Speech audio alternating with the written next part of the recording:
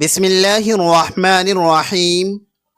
مرتے وقت انسان سب بھول جاتا ہے، لیکن ایسی دو ہستیاں جسے انسان مرتے وقت ہرگز نہیں بھولتا۔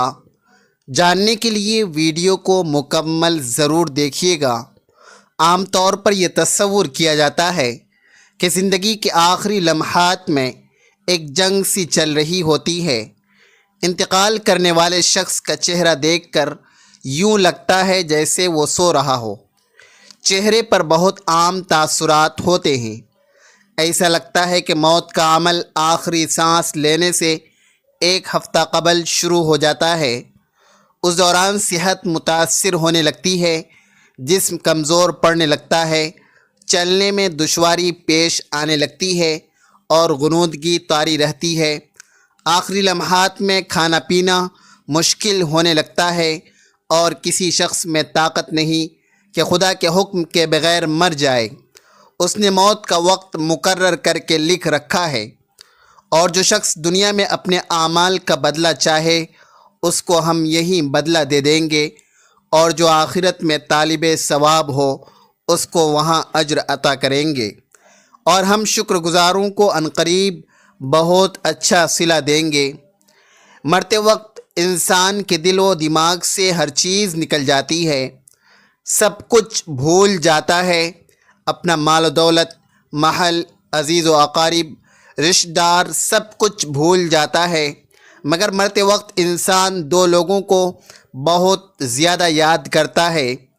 دو لوگ ہرگز نہیں بھولتا، ان کو سامنے بٹھا کر چیخنے کی کوشش کرتا ہے، ان کے غم میں رونے کی کوشش کرتا ہے، مگر رو نہیں پاتا۔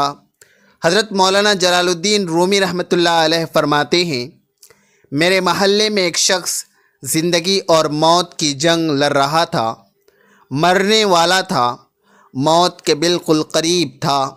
لوگ میرے پاس آئے، بولے حضرت ہمارا ایک شخص مرنے والا ہے، آپ آئیں انہیں کلمہ پڑھنے کی تلقین کریں، قرآن پڑھنے کی تلقین کریں۔ حضرت مولانا جلال الدین رومی رحمۃ اللہ علیہ فرماتے ہیں، میں اس مرنے والے کے پاس پہنچ گیا، اس کے قریب بیٹھ گیا۔ آس پاس میں اس کے دوست و احباب، رشتہ دار، عزیز و اقارب بیٹھے ہوئے ہیں۔ اب اس مرنے والے کی آنکھیں چھت پر لگی ہوئی کچھ سوچ رہا ہے۔ اللہ تبارک و تعالی نے اسے بولنے کی توفیق دی۔ وہ رو کر کہنے لگا، میرے بچے کہاں ہیں؟ اس کو نہ کمایا ہوا مال یاد آیا، نہ دولت یاد آئی، نہ عزیز و اقارب، یہاں تک کہ اسے ماں باپ بھی یاد نہ آئے۔ بس وہ کہتا ہے میرے بچے کہاں ہیں؟ بچے دوڑ کر آئے، ساتھ میں بیٹھ گئے۔ پھر کہتا ہے میری بیوی کہاں ہے؟ بیوی دوڑ کر آئی اور ساتھ بیٹھ گئی۔ اب کہتا ہے تمہیں دیکھ کر میرا دل رو رہا ہے، سوچ رہا ہوں کہ میرے مر جانے کے بعد میرے بچوں کا کیا بنے گا۔ انسان جب مرتے وقت بچوں کو دیکھتا ہے، آل و اولاد کو دیکھتا ہے، تو اللہ تبارک و تعالی جب اسے دیکھنے کی توفیق دیتا ہے، ہمت دیتا ہے، جب آخری بار بچوں کو دیکھتا ہے تو وہ یہ بھول جاتا ہے کہ میرے مرنے کے بعد میرا کیا بنے گا۔ یہ سوچتا ہے کہ میرے مرنے کے بعد میری اولاد کا کیا بنے گا، میرے مرنے کے بعد پتہ نہیں میرے ان بچوں کا میری طرح کوئی خیال رکھے گا یا نہیں۔ اس کی آنکھیں رو رہی ہیں۔ بیوی کو نصیحت کرنے لگا، میں تو دنیا چھوڑ کر جا رہا ہوں، مجھ پر ایک احسان کرنا کہ میرے ان بچوں کو قرآن مجید کی تعلیم لازمی دینا۔ ان کے منہ سے نکلا، اللہ کا نام میری قبر کو روشن کر دے گا، مجھے جہنم کی آگ سے اللہ تبارک و تعالیٰ کے عذاب سے دور کر دے گا۔ ان کو دین کی تعلیم دینا۔ بچوں کو قرآن کی تعلیم دینے کے بہت سے روحانی، اخلاقی اور دنیاوی فوائد ہیں۔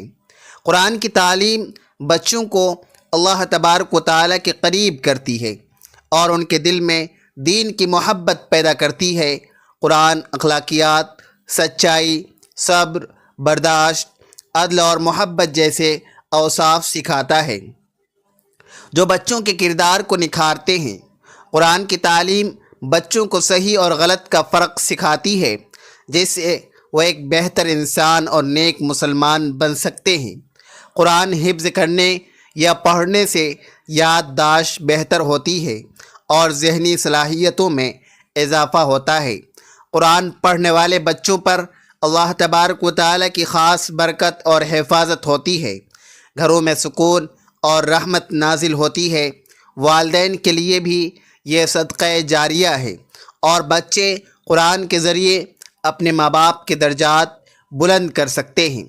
ایک واقعہ ملاحظہ فرمائیں۔ حضرت سیدنا موسیٰ علیہ السلام کا ایک قبرستان سے گزر ہوا۔ آپ علیہ السلام نے دیکھا قبرستان کی ایک قبر کے اندر مردے کو دردناک عذاب دیا جا رہا ہے۔ مردہ عذاب میں مبتلا ہے۔ اس کی قبر جہنم کے گڑھوں میں سے ایک گڑھا بنی ہوئی ہے۔ مردہ عذاب میں مبتلا ہے، چیخ و پکار کر رہا ہے۔ حضرت سیدنا موسیٰ علیہ السلام آگے چلے گئے۔ کام کرنے کے بعد واپس جب اسی راستے سے گزر ہوا، آپ نے دیکھا کہ وہی جہنم میں جلنے والا شخص جس کی قبر میں عذاب دیا جا رہا تھا، اب وہ شخص جنت میں ٹہل رہا ہے۔ مرنے سے پہلے اپنی بیوی کو حاملہ چھوڑ کے مڑا تھا۔ بیوی کا ایک بیٹا پیدا ہوا۔ بچہ آج چھوٹا تھا، کل تھوڑا سا بڑا ہوا تو اس کی بیوی بچے کو مسجد میں بھیجا۔ معلم صاحب نے اس کے بچے کو بسم اللہ الرحمن الرحیم پڑھائی۔ جب اس کے بچے نے بسم اللہ الرحمن الرحیم پڑھی تو موسیٰ مجھے حیا آئی کہ اس کا بچہ میرا نام لے اور میں اپنا نام لینے والے بچے کے باپ کو جہنم میں ڈال دوں۔ فرماتے ہیں وہ شخص توبہ کرتا یہ کہتا کہ میرے بچوں کو قرآن کی تعلیم دینا، ایک دم اس کی زبان لڑکھڑانے لگی، اس کا بدن کانپنے لگا، موت کا فرشتہ آ گیا روح نکالنے کے لیے۔ فرماتے ہیں جب انسان کی روح نکلتی ہے تو اس کا منہ کھل جاتا ہے، دونوں ہونٹ ایک دوسرے سے جدا ہو جاتے ہیں۔ انسان کی روح انسان کے پیروں سے نکلتی ہوئی اوپر کی طرف آتی ہے۔